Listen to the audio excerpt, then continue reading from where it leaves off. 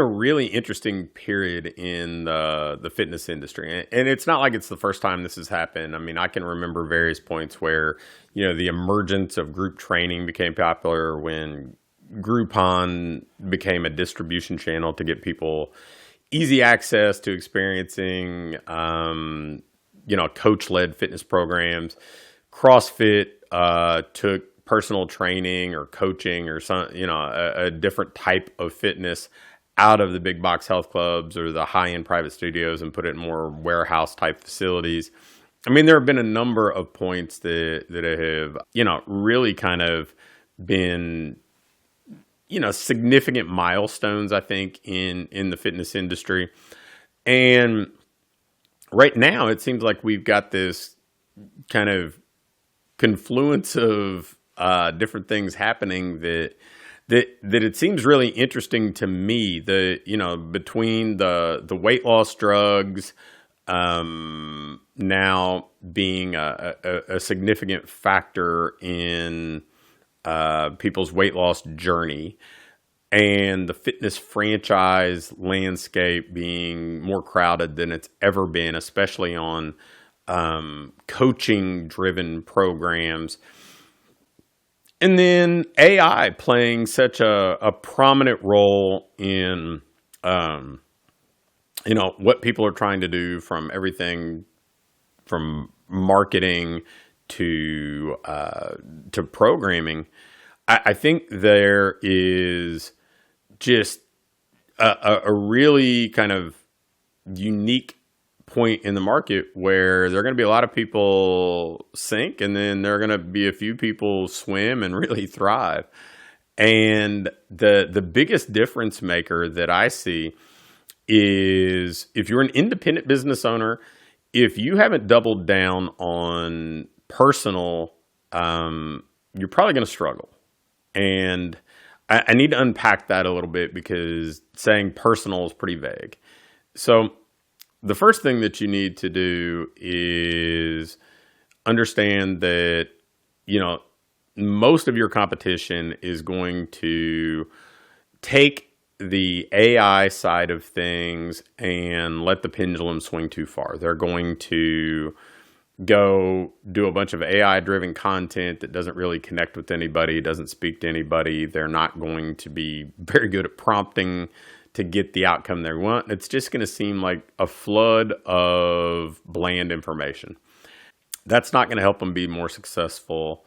In many ways, it's probably going to mitigate their success, because they're going to focus their efforts on that instead of being personal. At the same time, there are going to be some people that are going to, connect more with video online to let people kind of get to know them as a human, not just a faceless brand. They're going to be people who talk about the pain points or the hot buttons that their prospects have and speak more specifically to them, so the prospect can feel important and valued and heard and understood, instead of just being another face in the crowd. They're going to be people who, really connect with people and provide something that at least gives the sense of customization and personalization and specialization, instead of one size fits all. So that personal connection is going to make people stand out in the most crowded, attention-deprived market that we've ever seen, and it's only going to get worse, right? It's only going to get worse, because now content production is easier than it's ever been. I mean, go type in a sentence in ChatGPT and you get all your posts for the week. Now, sometimes efficiency is the enemy of effectiveness, and that's probably going to be too efficient for some people to be effective.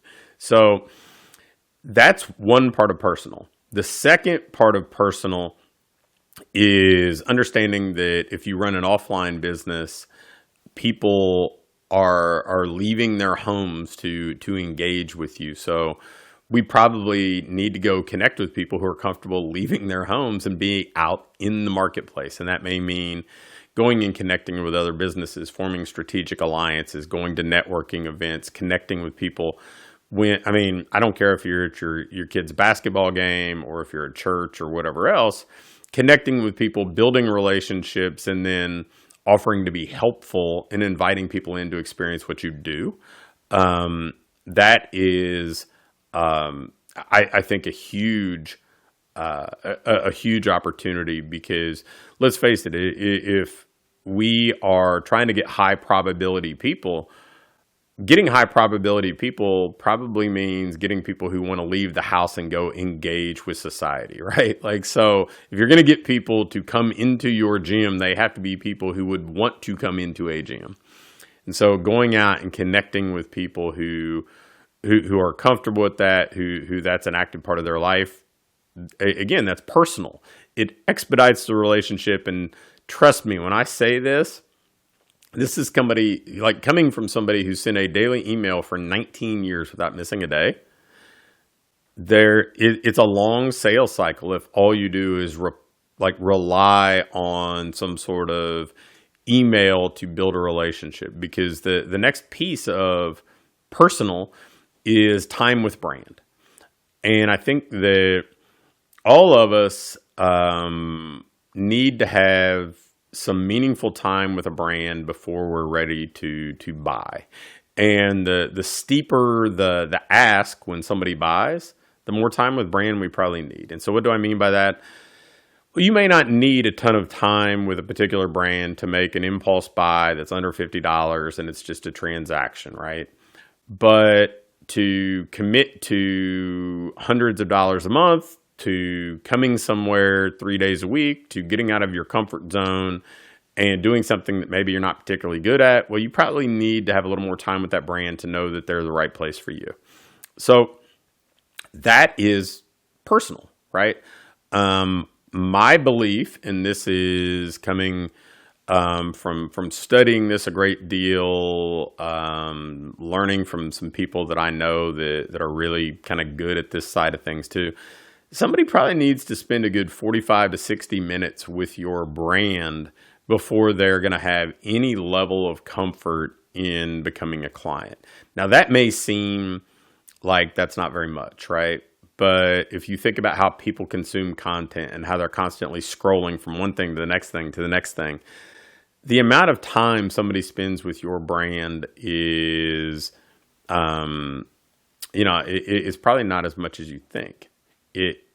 In fact, I would guess it's almost certainly not as much as you think. We live in it, right? Like, we are the people inside the four walls. So this is our life. And so it's magnified to us. But I mean, to kind of put it in perspective and make sure that I am fully humbled myself, I send, probably 500 emails a year to my email community.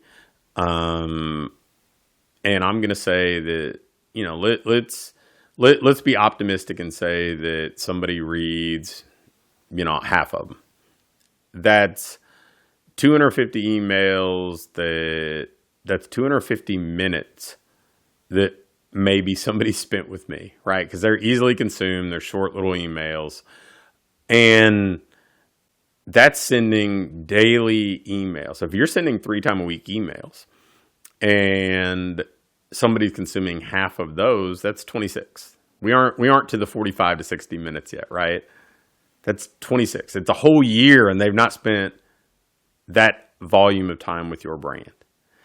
So when we think, hey, I'm putting a bunch of stuff out, it's about what somebody consumes, how much time they spend with you. Do they get to know you? Do they feel like you're for them? Do they think you can solve their problems, help them reach their goals? Do they trust you? Do they like you? Do they think this is a good fit? They have to be able to answer all these questions, even if, that's not the way they're internally asking the questions themselves. All of us check those boxes.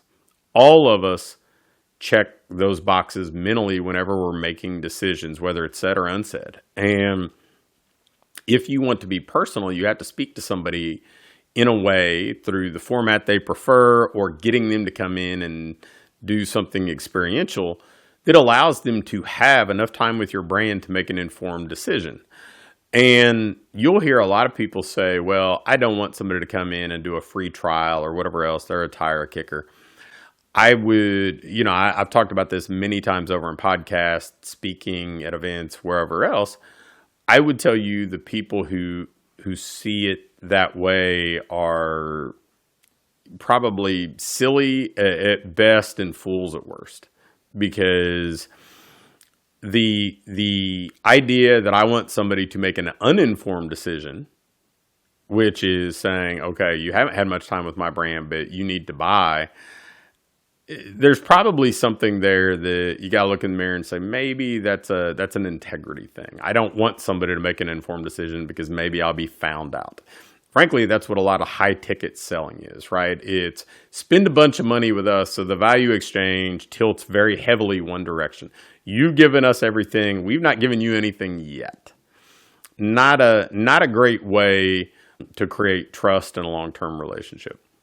But the flip side is, if somebody can come in and spend one session with you, they've got more information in that one session than they would have gotten in a year worth of social media posts.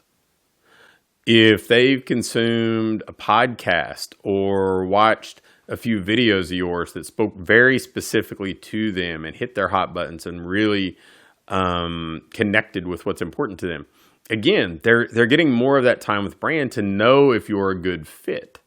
So what's the answer here? Like, being personal means, you letting people kind of connect with you and, or whoever is going to be the face of your brand, right? Like, whether it's the coaches or the manager or whatever else, people buy people. And they need to be able to form a connection. They need to be able to kind of answer those questions that I alluded to a moment ago. And, they need to have some time to make an informed decision. So my suggestion is put out more content that speaks specifically to who you want to serve. Whether it's, the front-facing stuff, social media posts, podcasts, YouTube videos, you name it, or it's the gated stuff that, you got to opt in to read this book or join my newsletter or whatever. Give away things that are not bland, not generic. Let people get a sense of who you are. Lower the barrier to entry to come in and spend a little bit of time with you. Instead of thinking of this as, somebody's a tire kicker, I would say we need to spend some time together as a tryout, as a first date, to see if this merits a second date. And you have the ability to void a second date just like they do. So if you do those things, I think that really kind of checks the box of personal. But then the final thing that I'll add to it to kind of put a bow on it is, personal is about intent. It's actually about being more interested than trying to be interesting. And if you're interested in the other person, they're going to give you more of their time. They're going to give you more of their attention. It's going to be much easier and much quicker to get to that 30, 45, 60 minutes of time with your brand to know if this is a good fit for both parties. So if you're not doing that, I would encourage you to change, because as an independent business owner, it is the way. It is your path forward, because the landscape's going to continue to get more crowded. There are going to be people that choose to, we've said it for years. Hey, can I take a pill and lose weight? Well, now they can. Now, does that not come with consequences or side effects or whatever else? Well, of course it does. But that won't prevent them from making that choice. And for us to either run alongside that and be seen as a complementary piece in their journey, or for us to be seen as a viable alternative, we have to have enough attention to be placed in that category. So if you want to build a better business, be more personal.